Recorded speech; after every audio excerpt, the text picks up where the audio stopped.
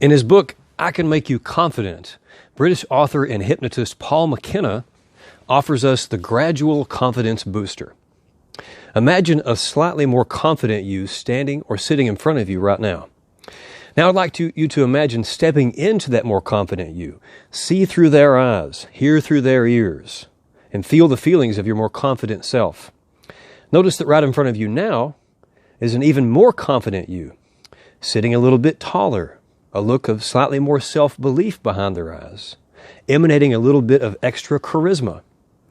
Step into this more confident self and notice that in front of you now is an even more confident self, more passion, more power, more ease, more comfort. Repeat step 3, stepping into a more and more confident you until you are overflowing with confidence. Be sure to notice how you are using your body, how you are breathing, the expression on your face, and the light in your eyes. This is an excellent exercise for building confidence generally, but I customize it in the Best Public Speaking book for speaking. And it's in chapter 4 on Commandment 2, Be Thyself. And I make the case earlier in the chapter that improvement is completely consistent with authenticity. I want you to be you on stage. I want you to develop, to discover, and to polish your authentic speaking self.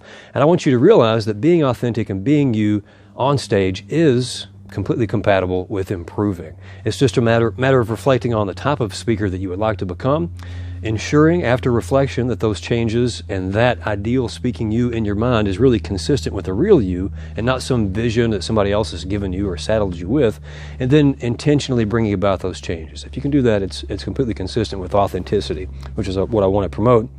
And what I ask you to do is I ask you to imagine your slightly better speaking self and to, just as McKenna advises, and I credit McKenna for the idea, imagine stepping into or floating into this slightly better speaking you, and then imagining an even better speaking you and stepping into them. And as you do this, I ask you to ask yourself, how does your slightly better speaking self look? How does their voice sound? What's their attitude as they prepare and rehearse? What's different about their gestures on stage? The way they walk, the way they feel about their message, their comfort with technology and visual aids. Remember, you're only making small improvements with each morph, but once you've embodied the slightly better speaking you, imagine the next progression.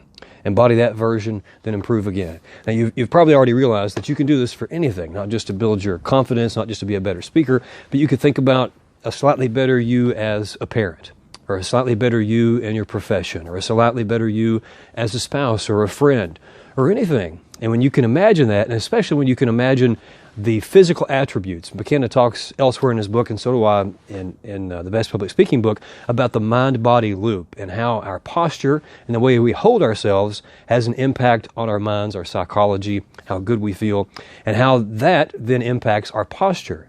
And to the extent that we can change our outward physical posture, the way we carry ourselves, we'll feel better, and then that's going to have a feedback impact on our posture, and it continues in a positive direction. It can also go in the opposite direction.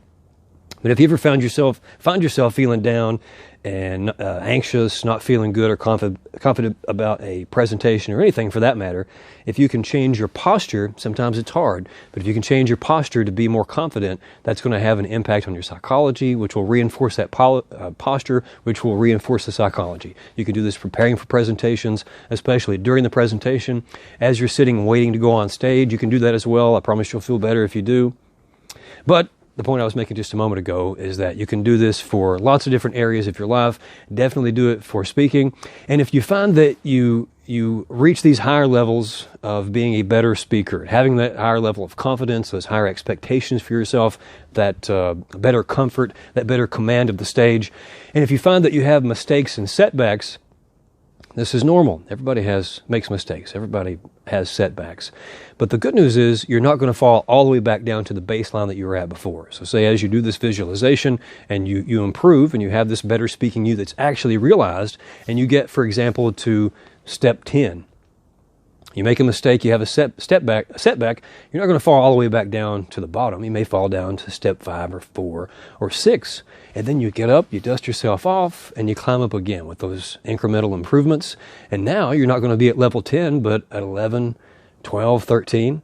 And if you have a setback, now you're just going to fall down to level 8. So you never revert all the way back down to the baseline. You're always improving. All of us have room for improvement. I certainly do. And when I have setbacks, and I certainly do, I know that they're only temporary and that I can improve again. And when I do, I'm going to be even better than I was, much better than I was in the beginning, but even better than I was before I had the setback. So give that exercise a try. It's a good one.